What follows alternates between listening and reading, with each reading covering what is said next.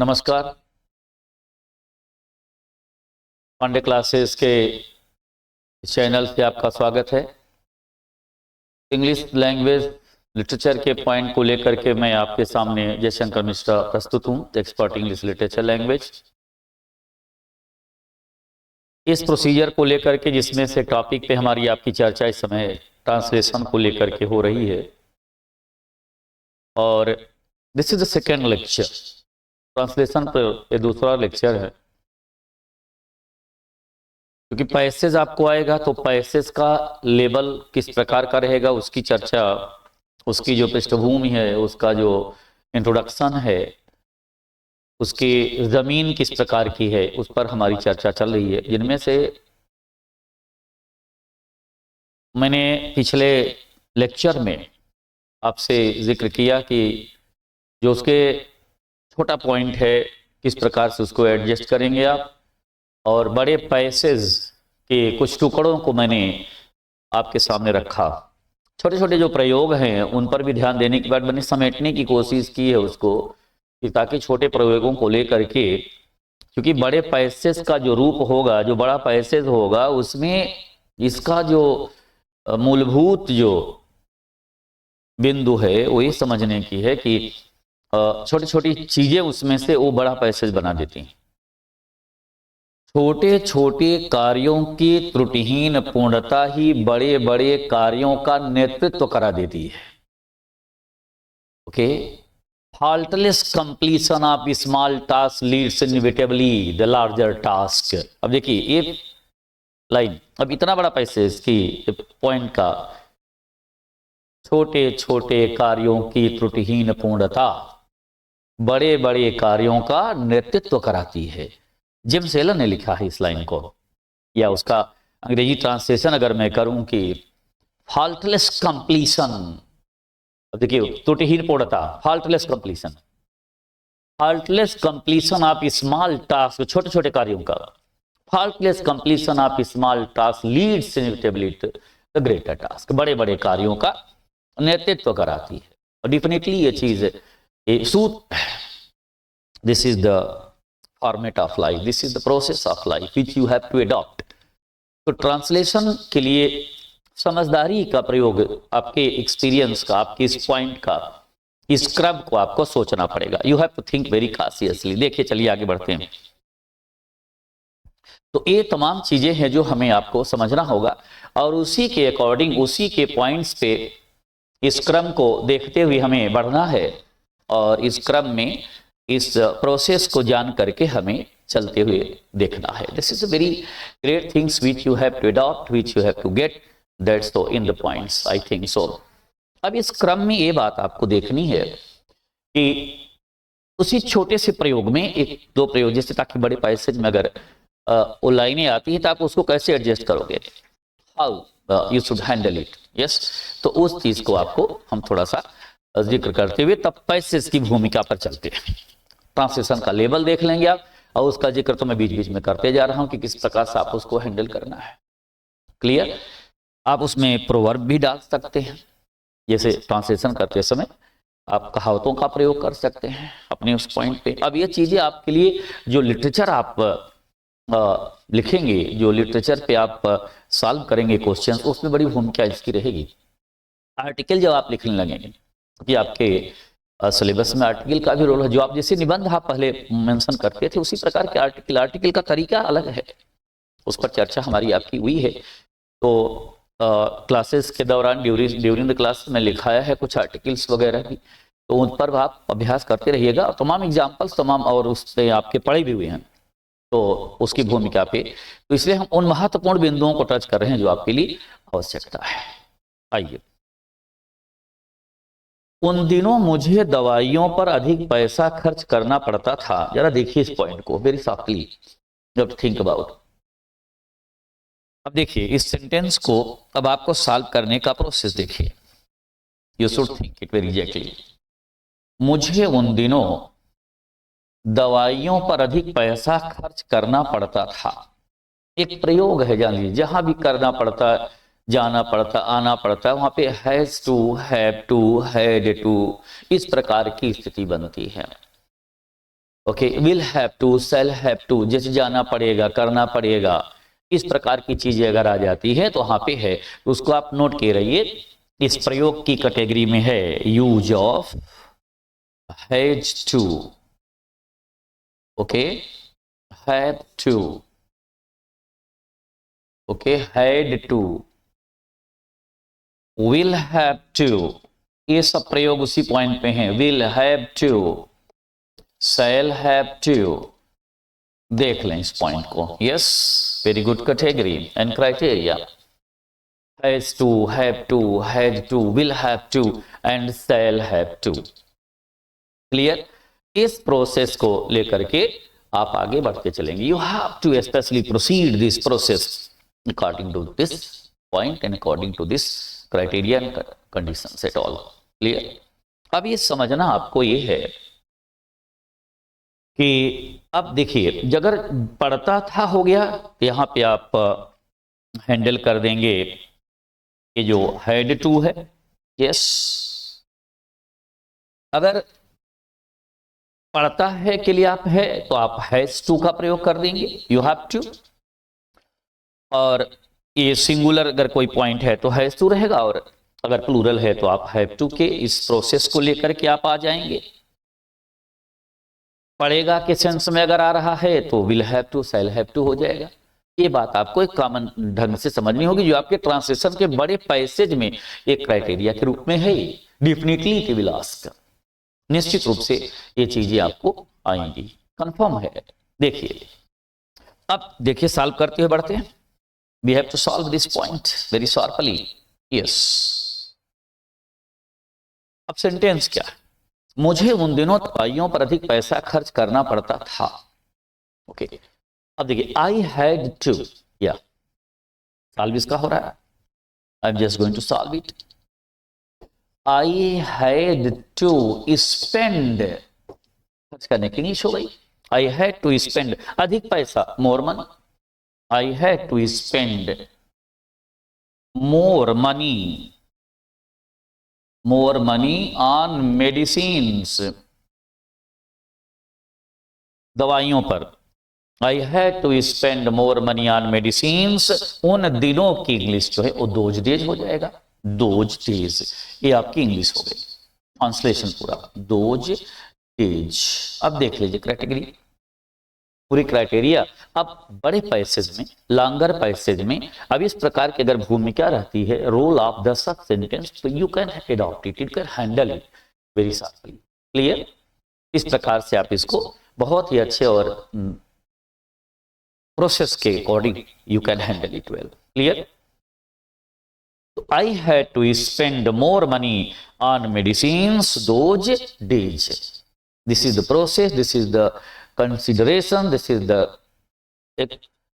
record of the English language, English translation process, I think so. Please guys, आइए इस क्रम में, इस प्रोसेस पे just you have to adopt it. अब देख लिया आपने इस पॉइंट को। अब देखिए अगला पॉइंट, अब नोट करिए जरा इसी लेवल के क्वेश्चन को, इसी लेवल के पॉइंट को मेरे साथ आप नोट करते चलें और साथ पढ़ते चलिए, साथ ही इस क्रम में, इस प्रोसेस के अकॉर्डिंग, इस रिकॉर्ड के अकॉर्डिंग। क्या पॉइंट है? नोट करें। परीक्षा पास करने के लिए कठिन परिश्रम करना पड़ता है। अब देखिए उसी पॉइंट का, उसी लेवल का क्वेश्चन। परीक्षा पास करने के लिए, नोट कर लें आप, तो मैं इसको ट्रांसलेट कर दे रहा हूं। परीक्षा पास करने के लिए कठिन परिश्रम करना का पड़ता है। यस, अब देखिए इसी क्रम में बात को समझना है आपको। अब परीक्षा पास करने के लिए कठिन परिश्रम करना पड़ता है। अब ये अब पढ़ता था तो नहीं है, पढ़ता है, यानी हैज टू और हैव टू तब यूज करने के। आप अब परीक्षा पास करने की, अब किसी को अब कोई एक सब्जेक्ट होना चाहिए। जैसे मैथमेटिकल फार्मूला है, अगर मान लिया संख्या नहीं मालूम है, मान लिया संख्या x है, इस प्रकार से आप समीकरण बना लेते हैं। उसी प्रकार से मान लिया सब्जेक्ट आपका 1 है, जब कोई सब्जेक्ट नहीं दिया गया है तो 1 आप सब्जेक्ट बना सकते हैं। ओके, तो परीक्षा पास करने के लिए कठिन परिश्रम करना पड़ता है किसी को भी, तो 1 हैज टू, बहुत इजी वे में आप सॉल्व कर लें इस point. one has to work hard, one has to work hard to pass the examination, to pass the examination। अब देखिए बहुत इजी वे में आपका सेंटेंस हो गया solve. You got it well. या one has to work hard to pass the examination. परीक्षा pass करने के लिए कठिन परिश्रम करना पड़ता है। One has to. ओके, अब जैसे मुझे अतिरिक्त कक्षाएं लेनी पड़ेंगी, नोट करते जाएं एक एक पॉइंट को। इसके बाद तब मैंने बताया है कि इन छोटे छोटे सूत्रों को जान करके आप बड़े पैसेज को उसमें आप तब्दील कर सकते हैं। You can change it well in very significant and very reliable way. Okay, तो इसी क्रम को लेकर के हम बढ़ रहे हैं। तो अभी अपने दोनों सेंटेंस को बड़े अच्छे तरीके से आपने मेंशन किया। You got it well at least to. Clear? तो आपने भी जो ये सॉल्व किया वेरी शार्पली। मुझे अतिरिक्त कक्षाएं लेनी पड़ेंगी। Okay, I shall have to, I will have to भी you also you can use. बहुत ही बात को और गति प्रदान करने के लिए या बहुत ज्यादा अनिवार्यता दिखाने के लिए विल का भी प्रयोग करते हैं। यहाँ कोई ऐसी आवश्यकता नहीं। मुझे अतिरिक्त कक्षाएं लेनी पड़ेंगी, I shall have to, I will have to, both you can use it. तो I shall have to, I shall have to, I shall have to take extra classes। ये आपके लिए बहुत ही सहूलियत हो जाएगी। ये जो लेक्चर है इसको मिस मत करिएगा किसी भी अंदाज में, और जितने लोगों तक आप पहुंचा सकते हैं वीडियो लेक्चर को आप इसको वॉच कर लीजिए, देख लीजिए। क्योंकि ट्रांसलेशन का जहां रोल कई जगहों पे भाई अनुवादक की पोस्ट निकलती है, वहां भी आपके लिए यूजफुल है ये, और डेफिनेटली आना ही है। इस लेवल यही रहेगा, आप इस लेवल को नकार नहीं सकते। You can't specially ignore it. आइए, I shall have to take extra classes, I shall have to take extra classes. ये आपका प्रोसेस हो गया। You got it well. यानी कहने का सही कि आप जब has to, have to, had to इस प्रकार के प्रयोग पे आप बहुत ही अच्छे तरीके से अपनी गंभीरता को ले सकते हैं। अलग अलग हिस्सों से, अलग अलग पॉइंट से मैं जोड़ रहा हूं ताकि जिस लेवल का आ रहा है आपके एग्जाम में उसके पूरे हिस्से पे आप आ जाएं, उसके आप प्रोसेस पे आ जाएं वेरी शार्पली। ओके, तो इस क्रम को ध्यान में रख करके हमारी आपकी ये चर्चा चल रही है।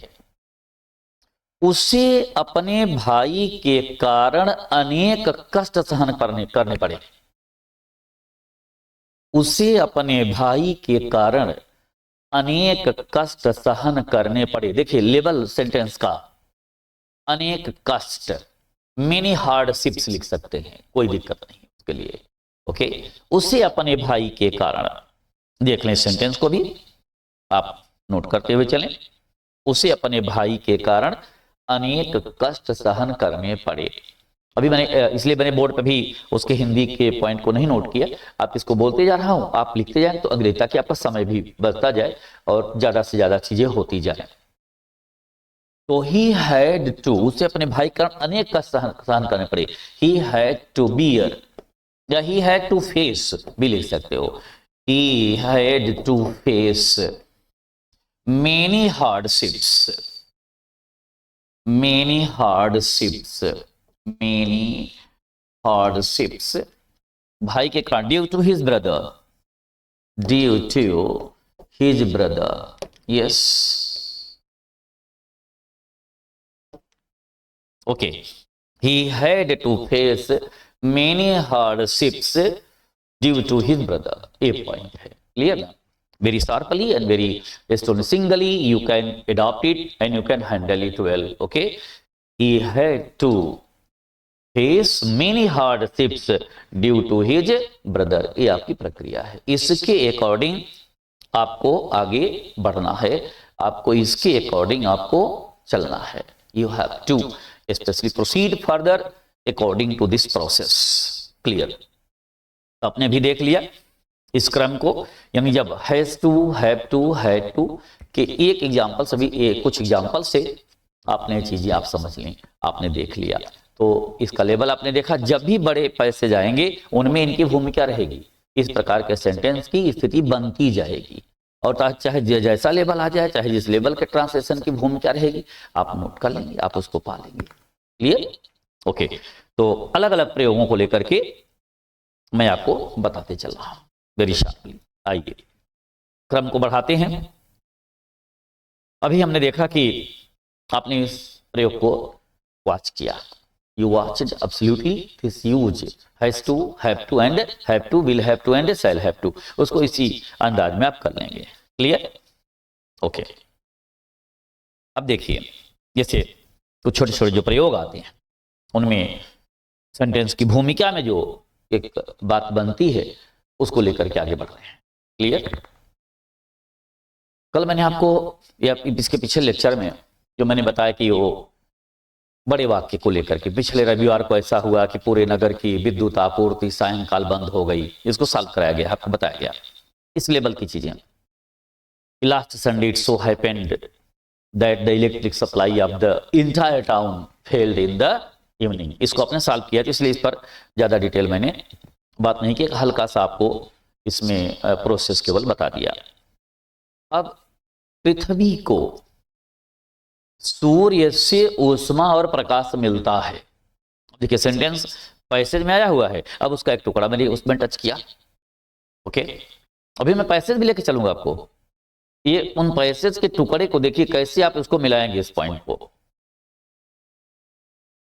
पृथ्वी को सूर्य से ऊष्मा और प्रकाश मिलता है। ओके, बिल्कुल सिंपल सा, इससे नहीं सिंपल प्रेजेंट हो गया, उसी के अकॉर्डिंग आप बना लीजिए। The earth, yes, the earth gets heat and light,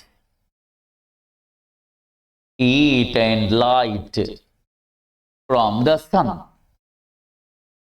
heat and light from the sun।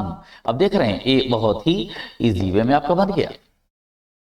Okay, the earth gets heat and light from the sun, ये प्रोसेस आपका यहां पे मेंशन किया गया। Clear?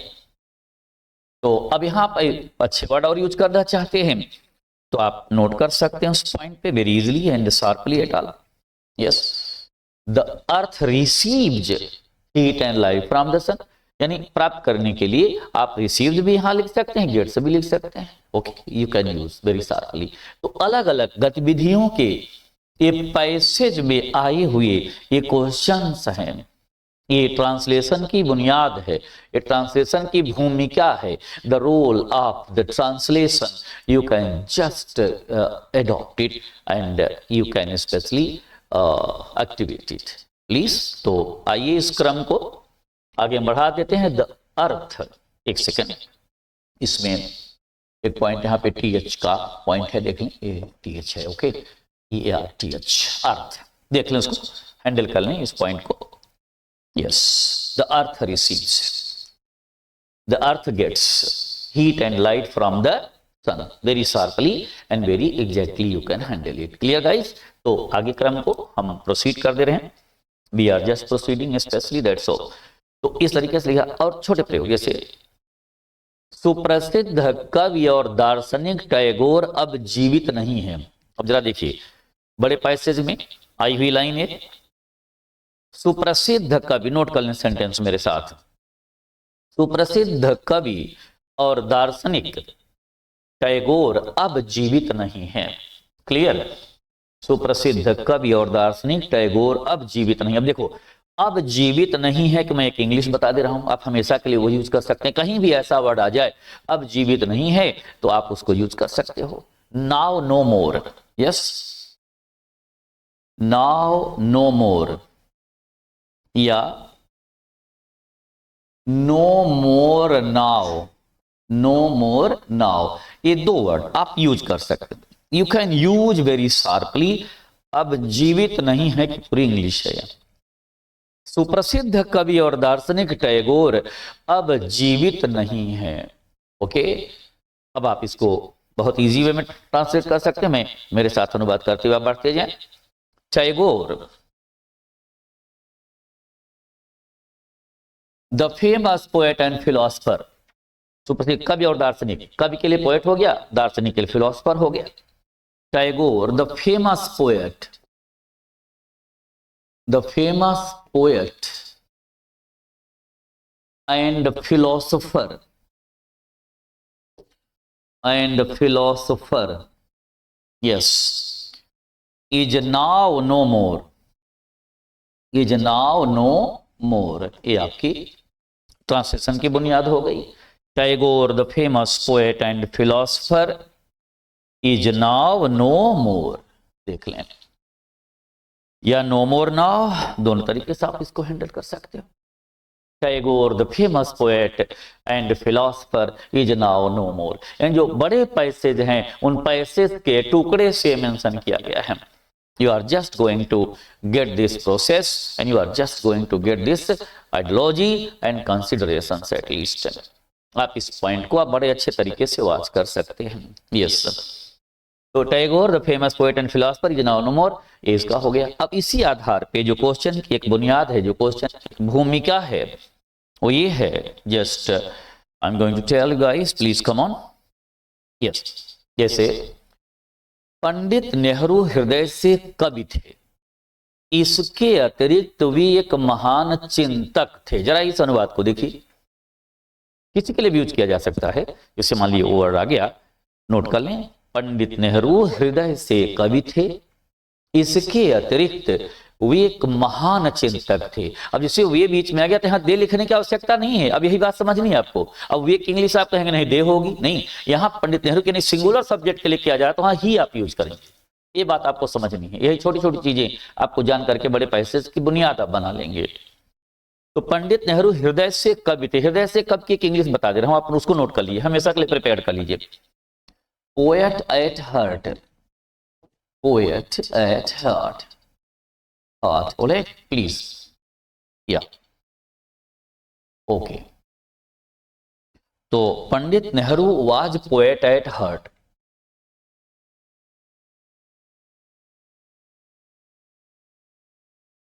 Pandit Nehru was poet at heart, thought, yes।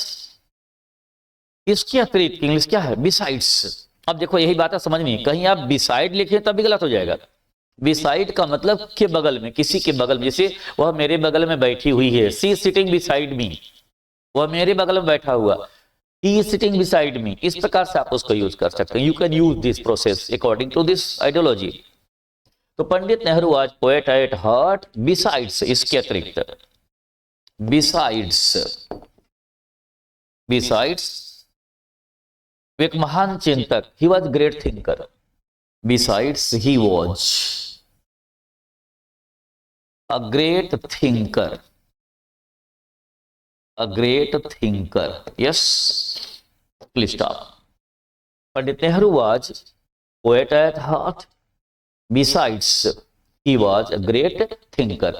बड़े पैसे की बुनियाद, उसके टेक्निक देख लीजिए। ये बिल्कुल उस टेक्नोलॉजी में लेके आपको चलना हो जो ट्रांसलेशन की बुनियाद, ट्रांसलेशन की जो फेहरिस्त बड़ी बड़ी बनती है, उसके आधार पर एक प्रोसेस है जो आपके सामने मेंशन किया जा रहा है। ओके, इसको आप नोट करते चले मेरे साथ, साथ साथ ट्रांसलेशन करते हुए और आगे बढ़ते चले इस क्रम के अनुसार। ओके, या अब जैसे उसे धूप में नहीं खेलना चाहिए। अब देखिए मैं अलग अलग प्रयोगों को यहाँ पे आपके साथ एडजस्ट कर रहा हूं। अभी आपने जाना पड़ता है, आना पड़ता है, खाना पड़ता है, इस प्रकार की चीजें अगर आ रही हैं तो आपने has to, have to, had to, will have to, shall have to के प्रोसेस को देख लिया, और उसी की बुनियाद में आपने छोटे छोटे एक बड़े स्तर के प्रयोग को देखा। उसे धूप में नहीं खेलना चाहिए, जहां कर्तव्य बोध हो या ड्यूटी हो, ड्यूटी के लिए कह लीजिए कर, या ऐसी स्थिति में सलाह या सुझाव चाहिए के अर्थ में सलाह और सुझाव के लिए क्या यूज करते हैं? सलाह सुझाव शुड का प्रयोग कर सकते हैं। ओके, उसे धूप में नहीं खेलना चाहिए, he should not play in the sun, ये सामान्य प्रयोग। ही शुड नॉट, अब जितना आप शुड का प्रयोग होगा आपको आइडियोलॉजी लग गई। अब he should not play in the sun, अब सन लाइट लिखने की जरूरत नहीं है, सन में खुद ही लाइट है, माय गॉड, यस या he should not play in the sun, ये आपका आंसर हो गया। ओके, इस क्रम के अकॉर्डिंग, इस प्रोसेस के अकॉर्डिंग आपको चलना पड़ेगा। You have to think very consciously and very exactly at all. एक चीज और बहुत बढ़िया से समझना है आपको, जो मैं आपको बता दूं, और तो जो एक प्रोसेस चल रहा है आपका, उसी में कुछ जो अक्सर एग्जाम में आपके पैसे की भूमिका बनते हैं, उस स्थिति को, उस बिंदु को मैं आपके सामने रख रहा हूं अभी जस्ट।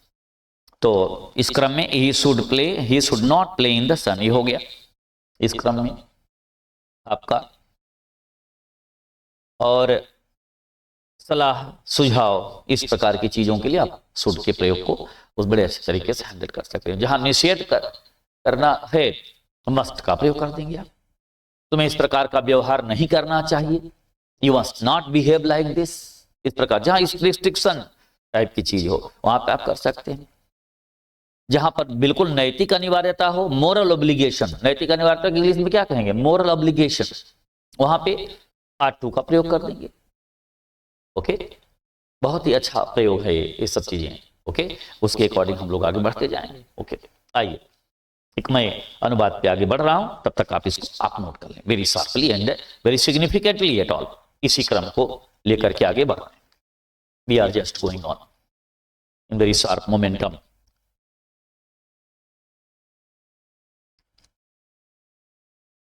तो ट्रांसलेशन के इस क्रम को लेकर के आगे देखते हैं। देखिए, ओके, अब मैं दो एक प्रोसेस बताते हुए, जैसे मान लो सेंटेंस आपका ये है, क्योंकि इस प्रकार जो मैं भी क्रम अभी आपको ले रहा हूं लेकर के, इसको आप देखेंगे तो अक्सर इस प्रकार की गलतियां हो जाती हैं और हमारे स्टूडेंट उसको गलत कर जाते हैं ट्रांसलेट के रूप में। जरा नोट कर लें, हम यहाँ लिख करके बता रहे हैं पूरी बात को, ताकि आपको पूरी बात समझ में आ जाए। यदि मैं तुम्हारे गांव जाऊंगा, यदि, जस्ट वेट, यदि मैं, नोट कर लें मेरे साथ, यदि मैं तुम्हारे गांव जाऊंगा, तुम्हारे गांव जाऊंगा,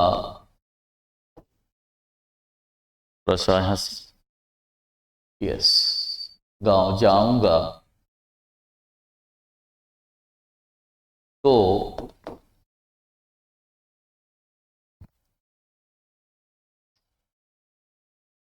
मैं तुम्हारे पिताजी से मिलूंगा,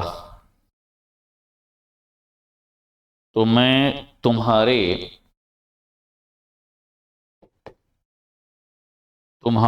पिताजी से मिलूंगा, तो मैं तुम्हारे पिताजी से मिलूंगा। नोट कर लें जरा, तो मैं आपसे डिस्कस कर रहा हूं, पिताजी से मिलूंगा, यस, ऑलराइट, तो मैं तुम्हारे पिताजी से मिलूंगा। ओके, आइए सॉल्व कर देते हैं इस पॉइंट को, प्लीज कम ऑन। यदि मैं तुम्हारे गांव जाऊंगा तो मैं तुम्हारे पिताजी से मिलूंगा। अब इस प्रकार के अनुवाद की जरा प्रोसेस देखिए, यही बात आपको समझने होगी। थोड़ा सा स्क्रीन पे आपके देखिए, नजर आ रहा है कि नहीं, थोड़ा सा मिस हो रहा है क्या आपका, देख लें, मुझे लग रहा है कि आप समझ पा रहे होंगे। यदि मैं तुम्हारे गांव, लिख नोट कर लीजिए, तो यदि मैं तुम्हारे गांव जाऊंगा तो मैं तुम्हारे पिताजी से मिलूंगा, ये सेंटेंस की भूमिका है। क्लियर? अब मैं सॉल्व कर दे रहा हूं आपका very sharply and extremely well at all. तो अगर आप इसको देखें तो दोनों तरफ जब फ्यूचर टेंस का प्रयोग हो गया, देख रहे हैं यहां पे एक, यदि मैं तुम्हारे गांव जाऊंगा एक प्रोसेस है, तो मैं तुम्हारे पिताजी से मिलूंगा, तो आपको ऐसे अनुवाद कर चुकी लोग ऐसे कर देते हैं, if I shall go to your village then I shall see your father, गलत हो जाएगा। जबकि सामान्य ढंग से लोग ऐसे ही करते हैं और इसी ढंग से अनुवाद हो जाता है। बोलचाल की भाषा में भी लोग प्रयोग उसको कर देंगे, लेकिन ग्रामेटिकली बात को समझ लीजिए। यदि दोनों तरफ फ्यूचर टेंस का प्रयोग हो, एक पार्ट को आप सिंपल प्रेजेंट में करेंगे, दूसरा सिंपल फ्यूचर हो जाएगा। यानी प्रेजेंट इंडेफिनिट टेंस का सिंपल प्रेजेंट का प्रयोग, सिंपल फ्यूचर, दोनों एक ही वाक्य में दो टेंस प्रयोग में आ जाएंगे। ये बात समझनी होगी। ये इस प्रकार के एक कंडीशनल सेंटेंस कहे जाते हैं। These sentences are called, are pointed out, are introduced in the English language as conditional sentences, which you have to think very cautiously and very reliably at all. Clear? इस क्रम में यदि मैं तुम्हारे गांव जाऊं, तो इसको क्या करेंगे? यदि मैं तुम्हारे गांव जाऊंगा तो मैं तुम्हारे पिताजी से मिलूंगा। तो if I shall go to your village, ये नहीं लिखना है, if I go to your village, ऐसे अनुवाद होगा ये। If I go to your village, अब यहां देन नहीं लगाना है आपको, you have to not use then, okay. अब यहां कामा दे दीजिए, यस, तो के लिए यहां कामा का प्रयोग हो गया, वेरी शार्पली यू कैन। यदि मैं तुम्हारे गांव जाऊंगा, if I go to your village, comma I shall see your father, I shall see your father, okay, ये आपका आंसर हो गया। या if I go to your village, comma I shall see your father, ये आपका answer हो गया। Very sharp and very remarkable answer which you are just going to get. आप नोट कर लें, अगर वहां पे थोड़ा सा कट रहा होगा पोर्शन, मुझे लग रहा दिख रहा आप तक, यस, स्क्रीन पे आपके, आई थिंक सो, देख लें स्क्रीन पे, आई थिंक यस, पूरा दिख रहा है आपको, तो आप अडॉप्ट कर सकते हैं। इस प्रकार के अनुवाद पे तब जो बड़े पैसेज आपको आएंगे उनमें इन सब की भूमिका रहेगी। लॉन्गर पैसेज, ट्रांसलेशन का जो लेवल है गाइस, उन सब में इनकी बड़ी भूमिका रहेगी। There is very good role of those things, I think so, very sharply at all. Clear? ये आपके आंसर की यहां पे भूमिका है। Okay, if I go to your village I shall see your father. Clear? आप इसको बहुत अच्छे तरीके से, इन क्रम को, इस प्रोसेस को आप समझते हुए चलेंगे। क्लियर? ओके, चलिए आगे के क्रम को बढ़ा रहा हूं, just we are proceeding further. अब देखिए जरा, एक पैसेज की भूमिका आप देखिए। अब जो पैसेज आपके एग्जाम में पूछा गया है और एक कई कंपटीशन के एग्जामिनेशन में भी आया हुआ है, अब उस पैसेज को जरा देखिए, आप मेरे साथ नोट करते चलेंगे और सॉल्व करते चलिए। ठीक है, आइए। ओके, देखिए इस पैसेज के क्रम को। ओके, पैसेज है जो ट्रांसलेशन का, भारत का शानदार अतीत है। नोट करें जरा, एक दो लाइन इसकी, भारत का शानदार अतीत है। ये पैसेज आपके एग्जाम का है, एग्जाम में आ चुका है इस प्रकार के लेवल का, और कंपटीशन के बड़े हिस्से में भी है। भारत का शानदार अतीत है। संसार के अधिकांश देश, नोट कर लें मेरे साथ, संसार के अधिकांश देश जब पिछड़े हुए और गरीब थे, जब पिछड़े हुए और गरीब थे,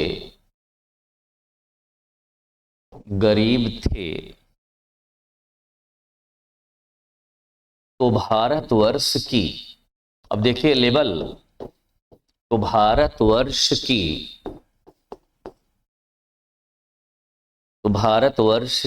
आर्थिक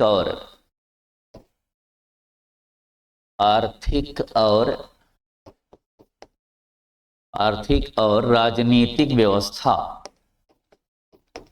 राजनीतिक, देख लें तो भारतवर्ष की आर्थिक और राजनीतिक व्यवस्था, वेट, राजनीतिक व्यवस्था बहुत विकसित थी, बहुत विकसित थी। अब देखो पैसेज है आपके एग्जाम में, लेवल इसका देखिए, विकसित थी, यस। अब इसको पहले, चूंकि लंबा पैसेज है तो पहले मैं इतना सॉल्व करते चलूंगा आपको, ताकि आप उसको बड़े अच्छे तरीके से संभल सकें और समझ सकें। सॉल्व करते हुए इस क्रम में जरा नोट कर लें, इस क्रम को आगे मैं बढ़ा रहा हूं, इस पूरे प्रोसेस को मुझे लग रहा है पूरा स्क्रीन पे यस बात आ रही है आपके, आप लिखते जा रहे हो, अब मेरे साथ उसको आप नोट करते चलो प्लीज। आइए, तो आपने देखा, वेट, यस, तो भारत का शानदार अतीत है। अब देखिए, संसार के अधिकांश देश जब पिछड़े हुए और गरीब थे, तो भारतवर्ष की आर्थिक और राजनीतिक व्यवस्था बहुत विकसित थी। अब देखिए क्रम को, अब पहले वर्ड मीनिंग आप देख लीजिए। अतीत के लिए, अब देखो शानदार वर्ड है, शानदार के लिए क्या यूज करोगे आप? ग्लोरियस, पहले नोट भी कर लो कुछ वर्ड मीनिंग, ताकि आपको अच्छा लगे भी और अच्छा समझ में भी आए। तब इसके बाद हम उसको एडजस्ट कर रहे हैं, इस पॉइंट को आपको सॉल्व कर लें। ये बिल्कुल आपके जे के, पीसीएस जे का जो लेवल है उस लेवल का है ये, आपके बोर्ड का तो है ये, बोर्ड में इसी लेवल के क्वेश्चन है आपके, अपना पेपर पूरा उठा के देख लीजिए। क्लियर? तो देखिए क्रम में, तो शानदार के लिए ग्लोरियस, स्प्लेंडिड, ग्रैंड, या आप यूज कर सकते हो ग्लोरियस, लिख सकते हो ग्लोरियस। अतीत के लिए पास्ट वर्ड यूज कर लीजिए, क्या? क्लियर?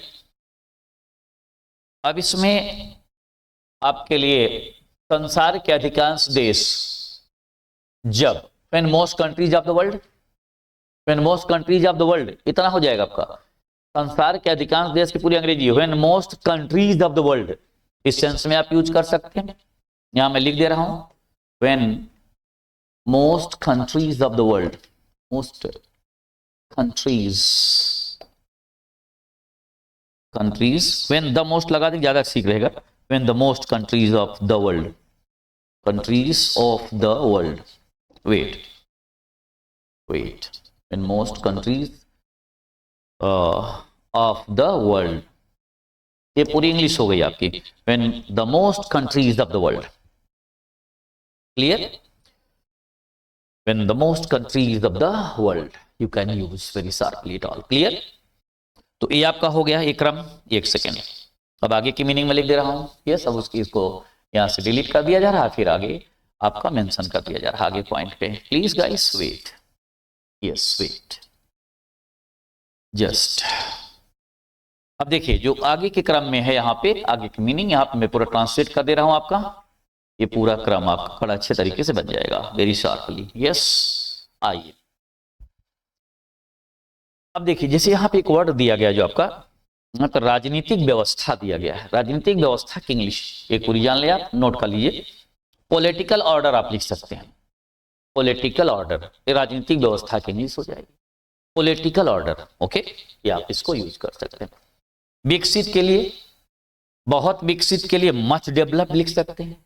आर्थिक के लिए इकोनॉमिकल। अब देखो वर्ड मीनिंग आपकी बिल्कुल एडजस्ट हो गई, यानी वर्ड पावर आपको बहुत अच्छे तरीके से मेंटेन करना होगा। आप synonym, metonym, one word substitution, idioms and phrase, phrasal word जो आपके, और इसके बाद होमोफोन्स, इन पर आप ध्यान दीजिए, इन पर आप वर्क करते रहिए। You should work constantly, continuously, at least two. Clear? Okay. Bharat का शानदार अतीत है संसार के, अब देखिए सेंटेंस को हम आपको सॉल्व करे हैं। क्लियर? अब देखो, जैसे मेरे पास कलम है, आई हैव अ पेन, ठीक। इन भारत के लिए, आप चूंकि जहां तक कि भारत सरकार ने, भारत की गवर्नमेंट ने भारत शब्द को जब कभी भी दुनिया के हिस्सों में जाया जा रहा है, तो वहां पे भारत शब्द को ही वहां पे विदेश के लोग, बाहर फॉरेन कंट्रीज के जो डेलीगेट्स हैं, वो भारत के किसी भी प्रतिनिधि को, रिप्रेजेंटेटिव ऑफ भारत कह रहे हैं। ठीक, तो यहां भी मैं भारत शब्द का ही प्रयोग कर रहा हूं। ठीक, इंग्लिश में भी आप नोट करें, भारत का शानदार अतीत है, Bharat has a glorious past. नोट कर लें ट्रांसलेशन, भारत हैज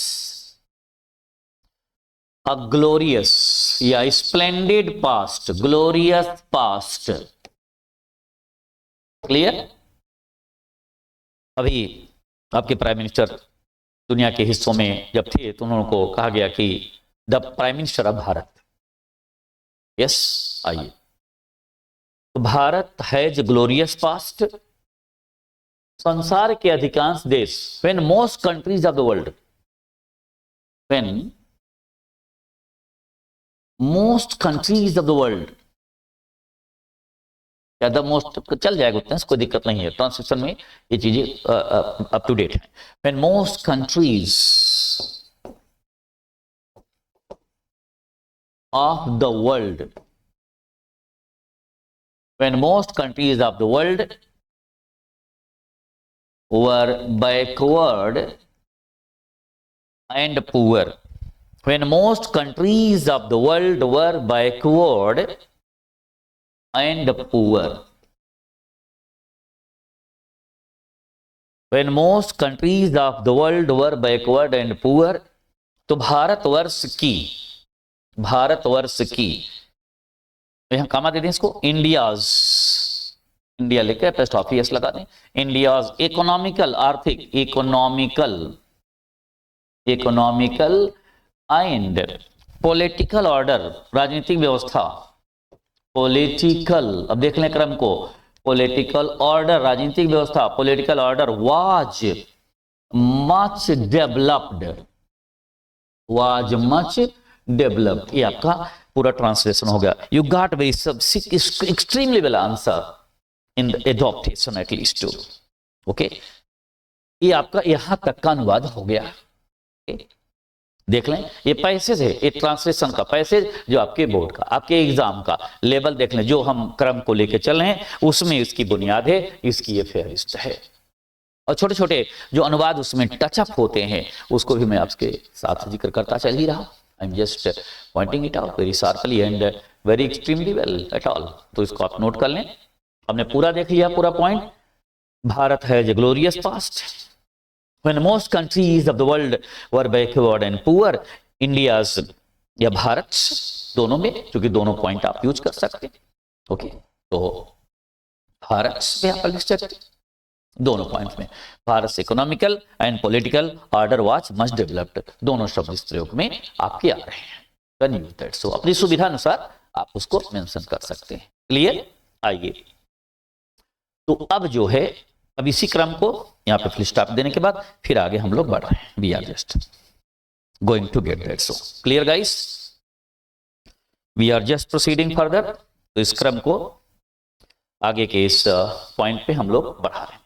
अभी आपने देखा इस प्रोसेस के according we are just going to, तो अब इसके बाद की जो लाइन है which is very important and very significant point at least to gate.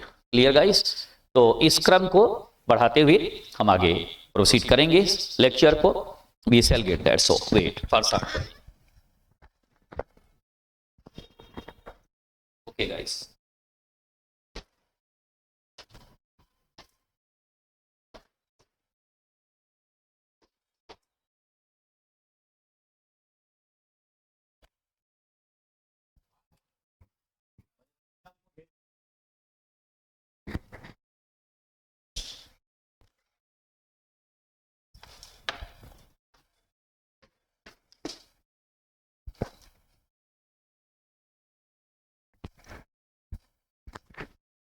इस क्रम में हम लोग आगे जो प्रोसीड करें इस ट्रांसलेशन के इस क्रम को बढ़ाते हुए।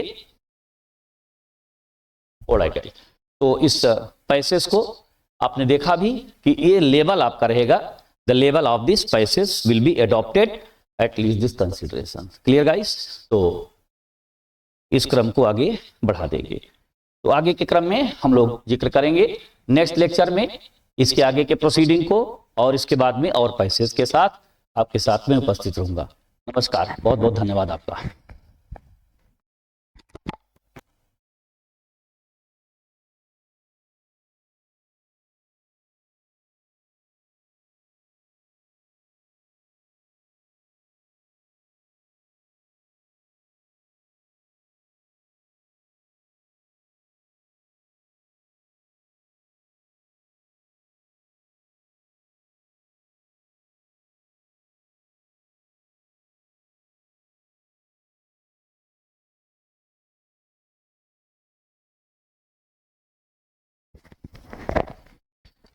ओके गाइस, तो इस क्रम में थोड़ा सा